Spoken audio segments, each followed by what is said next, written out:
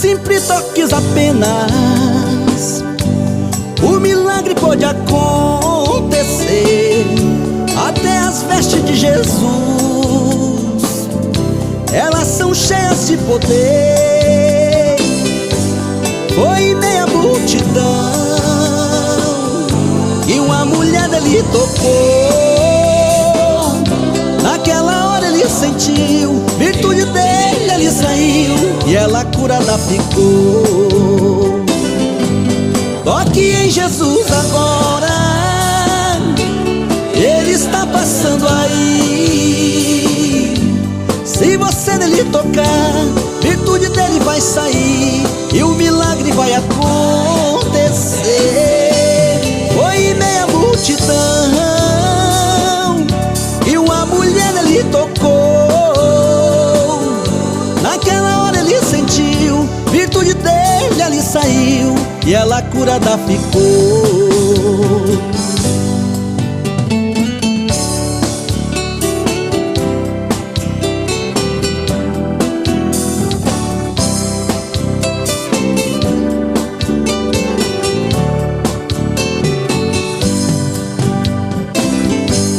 Na cidade de Naim, outra mulher ia chorando, seu filho tinha morrido,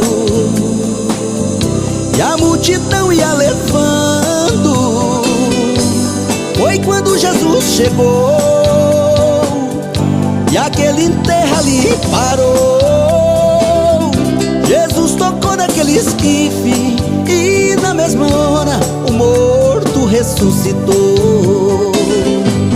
Toque em Jesus agora, Ele está passando aí. Se você nele tocar, virtude dele vai sair e o milagre vai acontecer. Foi meia multidão e uma mulher nele tocou. Naquela hora ele sentiu, virtude dele ali saiu, e ela curada ficou. Ficou.